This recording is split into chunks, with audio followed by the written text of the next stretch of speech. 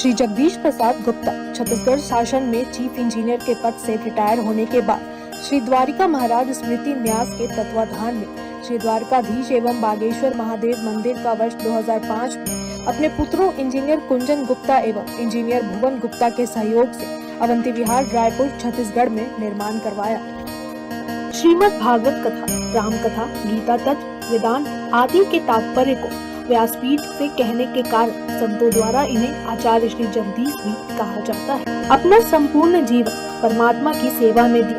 उन्होंने परमात्मा भगवान श्री द्वारिकाधीश के दिव्य गुणों और कर्मों को लेकर अभी तक 15 ग्रंथ लिखे हैं, जिन ग्रंथों को भारतवर्ष के जगत गुरु और महापुरुष संतों के द्वारा आशीर्वाद प्राप्त हुआ है। उनके ग्रंथ श्वेताश्वत रूपनिषद, सरलतम बोध के प्रथम विचार, जीवात्मा और प्रकृति के शासक परमात्मा का उद्बोधन सुन रहे हैं आप। श्वेताश्वत रूपनिषद, सरलतम बोध का उद्बोधन सुन रहे हैं आप। हरि ओम।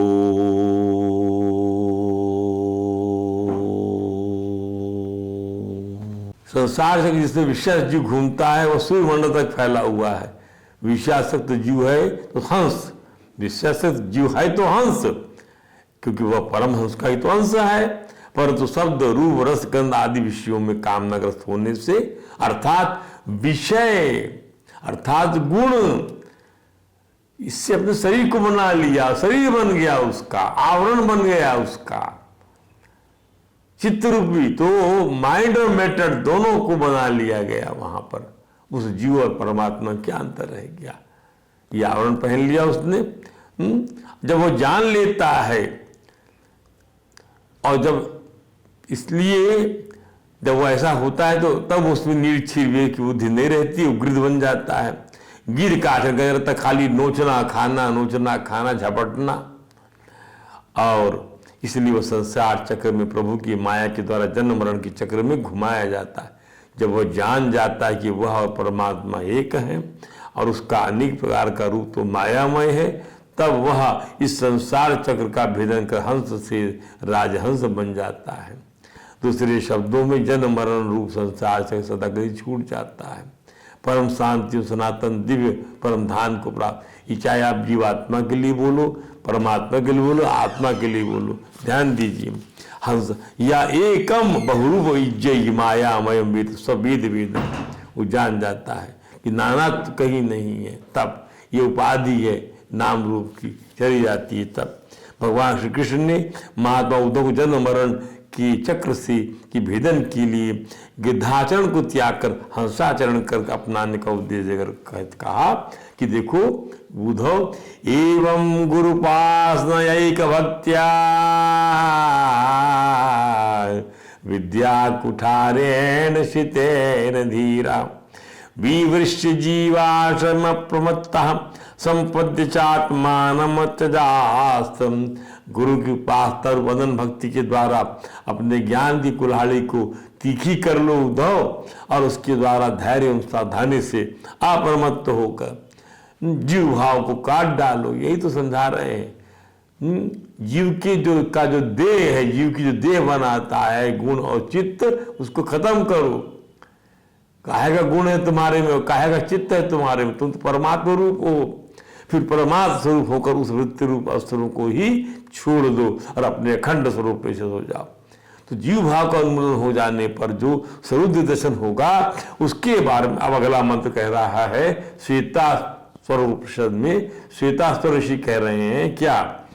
उद्गीतमेतद् परमं तु ब्रह्म तमस्त्रयं सुप्रतिष्ठाक्षरं च अत्रांतरं ब्रह्मविदो विदित्वा लीना ब्रह्मणि तत्परा योनि मुक्ता। कौन योनि मुक्त होता है? फिर किसी को आना जाना नहीं पड़ता। कौन? उद्गीतमेतद् परमं तु ब्रह्म, यह वेद वर्णित परब्रह्म ही सर्वश्रेष्ठ आश्रय अविनाशी है। यही सबका आश्रय जाता है। तस्मिन् त्रयम् सुप्रतिष्ठा अक्षरम चा, उसमें तीनों लोग स्थित हैं। वेद के तत्व जानने वाले महापुरुष यहाँ अंतःकरण में अंतर्यामी रूप से स्थित उस ब्रह्म को जानकर, ब्रह्मविदो विदंता, ब्रह्म को जानने वाले वेद जानने वाले विद जानकर, लीना ब्रह्मणि तत्परा, उसी के परायण हो, तत्परा पर ब्रह्म में लीन होकर, लीना योनि मुक्ता, सदा के लिए जन्म मृत्यु के मुक्त हो जाता है। अब इसकी व्याख्या समझ लीजिए। ये तो ब्रह्म तो उद्गीतम, ये जो ब्रह्म है वह उद्गीतम है, माने कार्य कारण रूप से गाए जाने वाले इस दृश्य प्रपंच से जो ऊपर है, उत है। कार्य कारण रूप से गाए जाने वाले दृश्य प्रपंच से जो ऊपर है, दृष्टा है, उत है, परे है। एतत् परमम गीतम, उद्गीतम परमम ब्रह्म, ये जो कुछ दृष्टि प्रपंच दिखाई पड़ रहा है, इससे विलक्षण ब्रह्म है। क्या यह ब्रह्म इसलिए विलक्षण है कि हमसे परोक्ष है, हमारे प्रत्यक्ष नहीं है? नहीं नहीं नहीं नहीं नहीं नहीं, यह ब्रह्म विलक्षण तो है, पर एतद है, हमसे दूर नहीं है। This is that, this is that, यह वही है। भगवान अविश्वसनीय, उस भगवान को तो अपना ही समझो। हमारा आत्मा ही हम आत्मा से भिन्न है, परंतु कार्य कारण से विलक्षण है। यह सब में रहकर सबसे अछूता है। तस्मिन् त्रयम्, इस मंत्र में क्या कहा? तस्मिन् त्रयम्, कार्य कारण उस प्रपंच से विलक्षण परब्रह्म में ही समस्त तीन वर्गों संरचना वाली त्रिपुटी स्थित है। ये तीन क्या है? श्वेताश्वतरोपनिषद के इसी अध्याय के 12वें मंत्र में कहा गया है, एतद् ज्ञेयं नित्यं नैवात्मसंस्थं नाता परम वेदितव्यम हि किंचित् भोक्ता भोग्यम प्रेरितारम चमत्वा सर्वं प्रोक्तम त्रिविधम ब्रह्म एतद्। हमारे अंतःकरण से अंतर्यामी परमात्मा ही ज्ञेय तत्व है। भगवान ऐसे ज्ञेय तत्व कहा है, इससे परे वो कुछ भी नहीं है जिसे जाना जाए, यही पराकाष्ठा है। यह भोक्ता माने जीव, भोग्य माने जगत या प्रकृति। भोक्ता माने जीव, भोग्य माने जगत या प्रकृति, और प्रेरितारा माने परमात्मा ईश्वर। ये तीनों त्रिपुटी रूप में ब्रह्म में अध्यस्त है। तीनों त्रिपुटी रूप में परब्रह्म तीनों भी अध्यस्त है। प्रकृति भी अध्यस्त है, जीव भी अध्यस्त है, और जो है ईश्वर भी अध्यस्त है। यही तस्मिन् त्रयम् अध्यस्तम, जिस मंत्र में जो आया, यही नहीं जितनी भी त्रिपुटी है, चाहे प्रणव की तीन मात्राएं हो, आकार हो, कार मकार हो, यह भी उसी में है। त्रिदेव हो, ब्रह्मा विष्णु महेश भी हो। तस्मिन् त्रयम्, विराट हिरण्यगर्भ ईश्वर तीनों वही हो।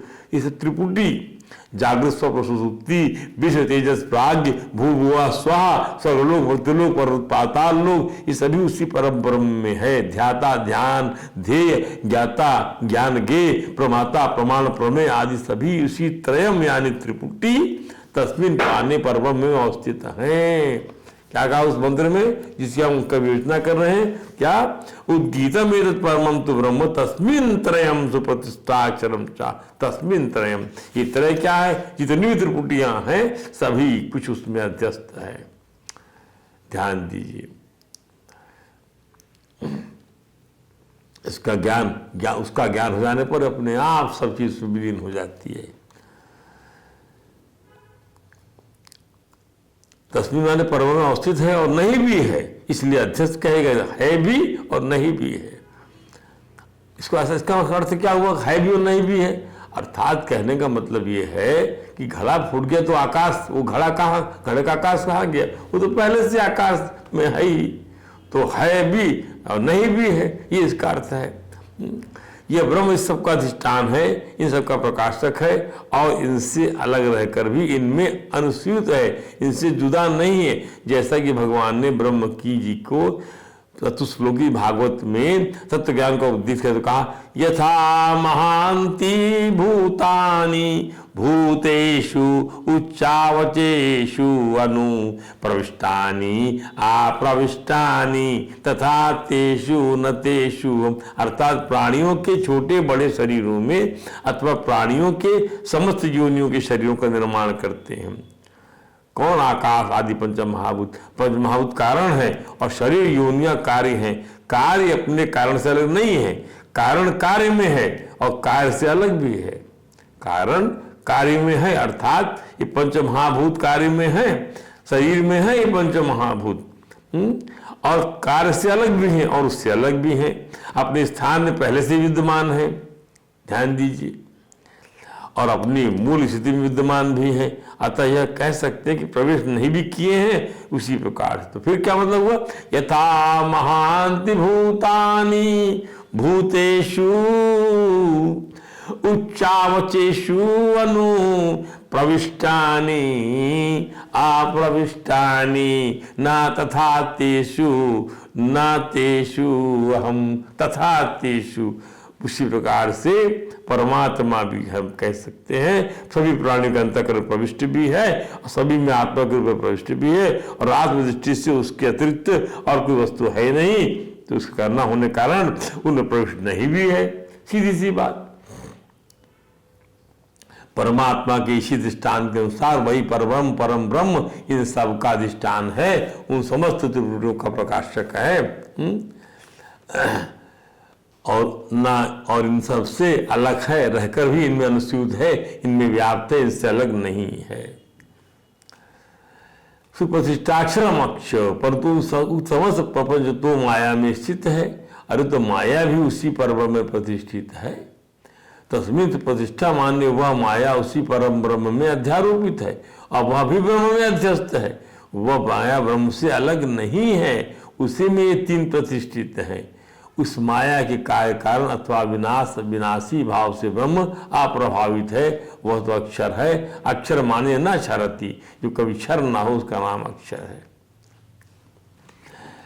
स्वामी अखंडानंद जी बताते हैं समस्त शब्द शास्त्र में अक्षर ज्यादा चलता है। आ अक्षर, ई अक्षर, ई अक्षर, क अक्षर, ख अक्षर, ये सब अक्षर है, और इन सब की शक्ल जुदा जुदा होती है, लेकिन सबका नाम अक्षर है। का नाम अलग, का आकार अलग, खा नाम अलग और खा आकार अलग, और दोनों अक्षर माने नाम और रूप अलग अलग होने से अक्षर अलग अलग नहीं होता। दोनों अक्षर माने नाम और रूप अलग अलग होने से अक्षर अलग अलग नहीं होता। जैसे घड़े की शक्ल अलग अलग, घड़े की शक्ल अलग और नाम अलग, और सक्कों की शक्ल अलग और नाम अलग, लेकिन दोनों मट्टी है। उसी प्रकार अक्षर से कहते हैं जो उपादान हुए। हम थोड़ा और इसको समझ लीजिए। का अक्षर जो है उसे अंग्रेजी में दूसरे ढंग से लिखा जाता है, क्या? और अंग्रेजी में से के बोलते हैं, के। संस्कृत में बोलते हैं, संस्कृत नागरिक में का दूसरे ढंग से लिखा जाता है, क। फारसी में का को काफ बोलते हैं। तो बोलने का ढंग अलग हुआ, रूप हर नागरिक या लिपि में अलग हुआ, पर अक्षर एक ही है, का, के। बोलने का ढंग बदल जाएगा भले ही आपको, पर अक्षर एक ही है। दूसरे शब्दों में नाम रूप के भेद से का अक्षर में भेद नहीं होता। इसी प्रकार श्वेताश्वर उपनिषद का यह मंत्र बतलाता है कि प्रपंच में नाम रूप अलग अलग है, पर सब में वह अविनाशी अक्षर परब्रह्म एक ही है। और समझ, भाषा का भेद हो सकता है, वाक का भेद हो सकता है, पद का भेद हो सकता है, नाम का भेद हो सकता है, रूप का भेद हो सकता है, लेकिन अक्षर में भेद कतई नहीं होता। इसी से महाभाष्यकार पतंजलि ने अक्षर शब्द की उत्पत्ति किया। अश्नुते इति अक्षर, अश्नुते इति अक्षरम, अश्नुते व्यापनोति, जो भिन्न भिन्न आकृतियों में व्याप्त हुए उसका नाम अक्षर है। संसार में सबके जन्म की आकृति अलग अलग, जीवन की आकृति अलग अलग, मृत्यु की आकृति अलग अलग, इसी प्रकार पशुओं की आकृति अलग, पक्षियों की आकृति अलग, सबके नाम अलग अलग, सबके काल अलग अलग, सबके देश अलग अलग, और सबका वजन अलग अलग, लेकिन सब में जो एक है भरपूर, उसका नाम है अक्षर। वह परब्रह्म अत्रांतरम ब्रह्म विदो विदित्वा।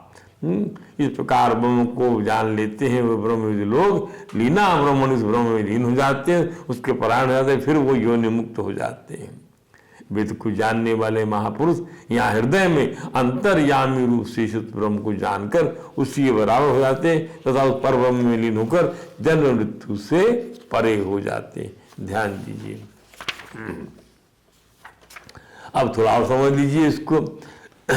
ब्रह्मविदा महापुरुष जहां है वहीं से आंतर आंतर से आंतर, आंतर से आंतर जानकर ब्रह्म से अभिन्न होकर ब्रह्म प्रमाण हो गए।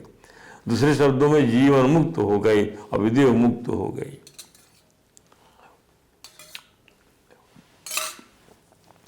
आंतर ब्रह्मांतरम से क्या मतलब हुआ? क्या? अत्रांतरम ब्रह्म विदो विदित्वा। आंतर से आंतर का तात्पर्य है इसी तरह प्रपंच में, इसी माया में, इसी ब्रह्म चक्र में ब्रह्म को जानने वाले महापुरुष माने ब्रह्मविदा आंतरम विदित्वा। अन्यो आत्मा अन्नमया बोला जाता है कि सवा एव अन्न रसमया, माने अन्न रसमय पुरुष ही वह ब्रह्म है। अन्न रसमय पुरुष ही वह। दूसरे शब्दों में ब्रह्म को जानने वाले परमात्मा को ढूंढने के लिए अपने अंतःकरण की अंतिम सीमा तक का अनुसंधान करते हैं। अन्नमय कोश से अंतर है, प्राणमय कोश, प्राणमय कोश से अंतर, अंतर माने और भीतर, और भीतर, अत्रांतरम ब्रह्म विद्या। तो अन्नमय कोश से अंतर है माने और भीतर क्या है? प्राणमय कोश है। प्राणमय कोश से अंतर में और भीतर क्या है? मनोमय कोश। मनोमय कोश भीतर स्थित है विज्ञानमय कोश, और उससे अंतरंग है आनंदमय कोश। इसी आनंदमय कोश का परमाणु स्वरूप ब्रह्म है। आंतर माने अंदर। स्वामी अखंडानंद जी कहते हैं कि हर जगह यह समझना कि दूसरे देश से यह भाषा आई है गलत। ऐसा समझो ना भाई, इस देश से यह भाषा दूसरी जगह गई है, दूसरी कोई चीज हमारे भीतर घुस गई है, ऐसा समझने की बजाय ऐसा समझे कि हम सबके भीतर घुस गए हैं। क्या बात है, क्या बात है। वेदांत में दृष्टिकोण यह है कि प्रत्येक चैतन्याभिन्न रूप से ब्रह्म को देखना, तद विवेचना के लिए ही कोशों का आनंदमय कोश तक विवेचना करना ब्रह्म परायणता की ओर बढ़ता है और बढ़ता है साधक। शरीर में कोई जगह नहीं बनी कि इतना अन्नमय कोश, इतना मनोमय कोश आदि। अरे ये तो तत्व की अन्यता का निषेध करने के लिए कहते हैं अन्नमय कोश। तत्व की अन्यता का वही है। तत्व की अन्यता माने और इसके बाद ये कोश, इसके बाद ये कोश। यदि आप उसका अभिन्न कर देंगे तो केवल और केवल वही ब्रह्म है। स्थूलता का निषेध करने के लिए कहते हैं प्राणमय कोश। प्राण में क्रिया है और क्रिया का निषेध करने के लिए कहते हैं मनोमय कोश। प्राण में क्रिया है, अब उसका निषेध कर दीजिए तो कहते हैं मनोमय कोश। संकल्पता का निषेध करने के लिए कहते हैं विज्ञानमय कोश, और कर्तृत्व का निषेध करने के लिए कहते हैं आनंदमय कोश। ध्यान दीजिए, फिर समझिए। किया तत्व की अन्यता का निषेध करने के लिए कहते हैं अन्नमय कोश। तत्व की अन्यता का अन्य कुछ नहीं, सब अन्नमय कोश। अब स्थूलता का निषेध करते हैं तो उसका कहते थे भाई प्राणमय कोश। प्राण में क्रिया होती, क्रिया का निषेध कर दिया तो कहते हैं भाई मनोमय कोश। अब कहा क्रिया, मन तो काम कर ही रहा है पर मालूम नहीं पड़ता। संकल्पता का निषेध करके कहते हैं कि विज्ञानमय कोश, निश्चय करने वाली बात होगी। और कर्तव्य का निषेध करके कहते हैं आनंद में कोई करता है ना भरता है ना। और भोक्तृत्व का निषेध करने के लिए कहते हैं साक्षी। तो यह आत्मा का स्वरूप समझने के लिए वेदांत की विधा है, एक शैली है। ध्यान दीजिए। तो इसमें कोश बाधित होंगे तो पांचों एक साथ होंगे, और रहेंगे तो पांचों एक साथ रहेंगे, और बाधित होंगे तब जब अविद्या की निवृत्ति हो जाएगी। तो ब्रह्मविद माने क्या? महापुरुष जानते हैं, क्योंकि ब्रह्म में लीन होने के लिए आत्मा को ब्रह्म जानने के सिवाय दूसरा कुछ नहीं करना पड़ता। ब्रह्म लीन होने के लिए आत्मा ब्रह्म जानिए बस।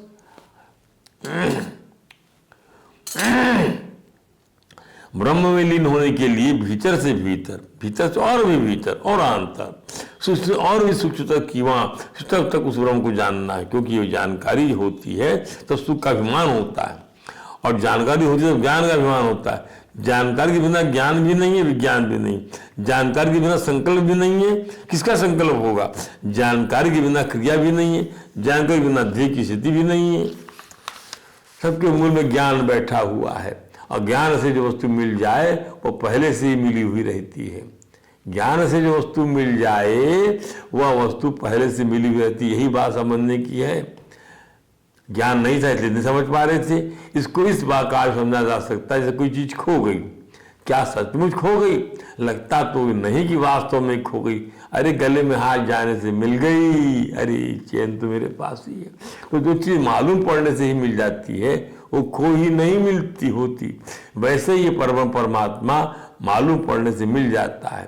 विदित्वा माने जानने पर, मालूम होने पर। इसलिए ब्रह्मविदो विदित्वा ब्रह्मणि लीना, ब्रह्मविद महापुरुष आत्मा को जानकर ब्रह्म में लीन हो जाता है, क्योंकि आत्मा ही तो ब्रह्म है।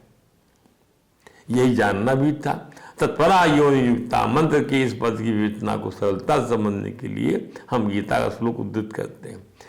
तद्बुद्धयस्तदात्मानस्तन्निष्ठा तत्परायणाः गच्छन्त्य पुनरावृत्तिं ज्ञान निर्धूत कल्मषाः।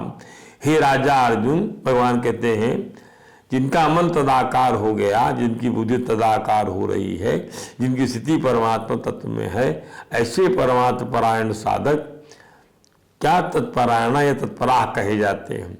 ज्ञान के द्वारा पाप रहित होकर आप पुनरावृत्ति गति अर्थात ब्रह्मलीन अवस्था को प्राप्त होते हैं। स्वामी राम सुखदास जी महाराज ने इस श्लोक की व्याख्या करने के पूर्व यह समझाया कि परमात्मा को अनुभव करने के लिए दो प्रकार के साधन हैं।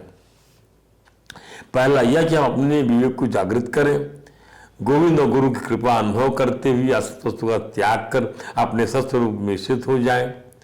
दूसरा साधन यह कि हम सत्य का चिंतन करते करते सत्य की प्राप्ति कर ले।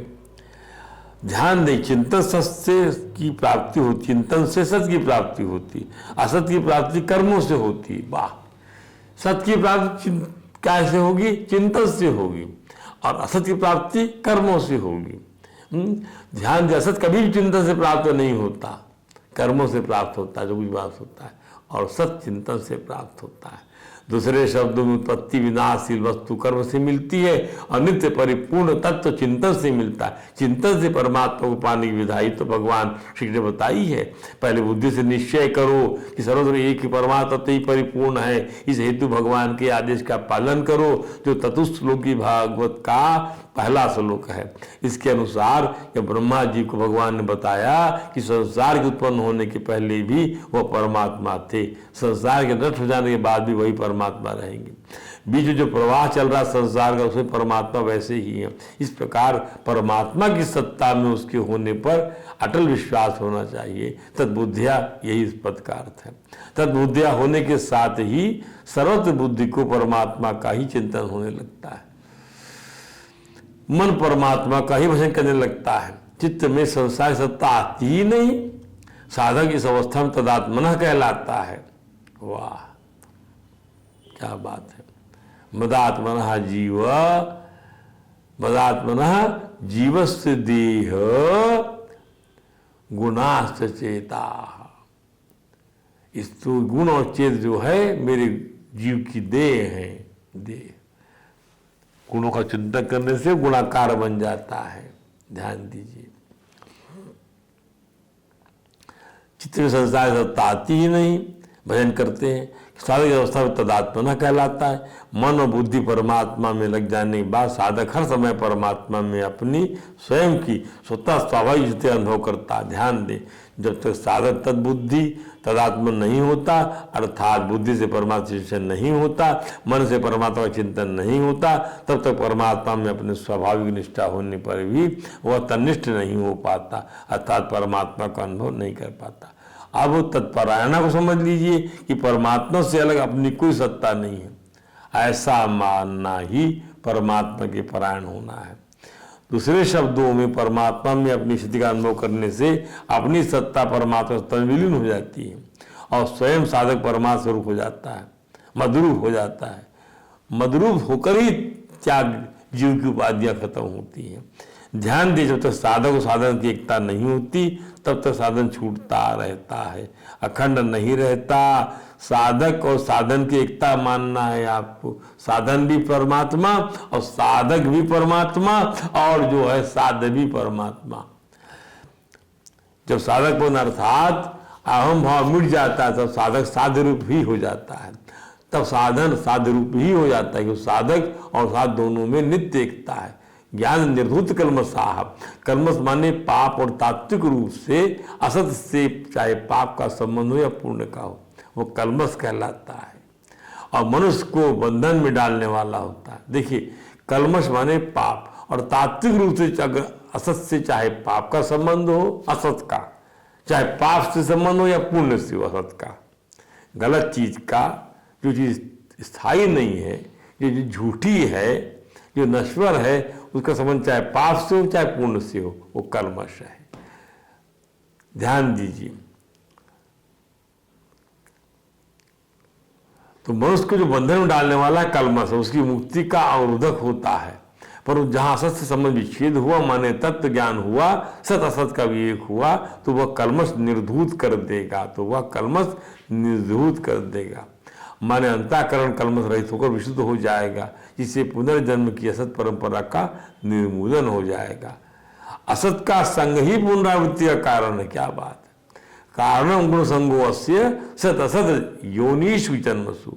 असत का संग सर्वथा मिटने पर पुनरावृत्ति का, आने जाने का, आवागमन का, इस लिंग देह का प्रश्न ही नहीं उठता। जो वस्तु एक देशी होती है उसी का आना जाना होता है। जो वस्तु सर्वथा परिपूर्ण है वो क्या आएगी जाएगी। जो इस कमरे में है वो उस कमरे में जाएगा। जो हर कमरे में भरा हुआ है वो कहाँ आएगा जाएगा, वो तो भरे हुआ पूरा यहां से वहां तक।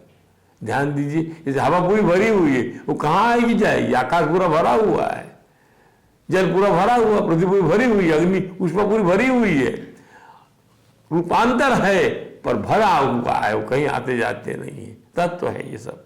परमात्मा संपूर्ण देश काल वस्तु परिस्थिति आदि से एक रस परिपूर्ण रहते, उनका कहीं आना जाना नहीं होता। इसलिए जो महापुरुष परमात्मा स्वरूप हो ही जाते हैं, उनका भी कहीं आना जाना नहीं होता। श्रुति कहती है क्या, न तस्य प्राणात्क्रमा कामंति ब्रह्म यैव सम ब्रह्म्याप्येति। बृहदारण्यक में कहा गया है, उसके प्राणों उत्क्रमण नहीं होता, वह ब्रह्म ही होकर ब्रह्म को प्राप्त होता है। सार यह निकला कि ब्रह्म ज्ञानी की संपूर्ण रहनी, उसकी संपूर्ण सहनी ब्रह्म रूपी होती है। उसकी बुद्धि ब्रह्म में, उसका मन ब्रह्म में, उसकी निष्ठा ब्रह्म में, उसका घर ब्रह्म, तत्परायण न माने उसका घर ब्रह्म, उसकी स्थिति ब्रह्म में। यहाँ श्रुति परमात्मा स्वरूप का वर्णन करती है और यह बता दी परमात्मा को जान लेने पर सब प्रकार के बंधनों से साधक मुक्त हो जाता है। इस संबंध में जो अगला मंत्र आया हुआ है उसकी व्याख्या हम कल करेंगे। आज कथा, आज हम जो है विवेचना को यही विश्राम देते हैं। बोलिए वृंदावन बिहारी लाल की जय।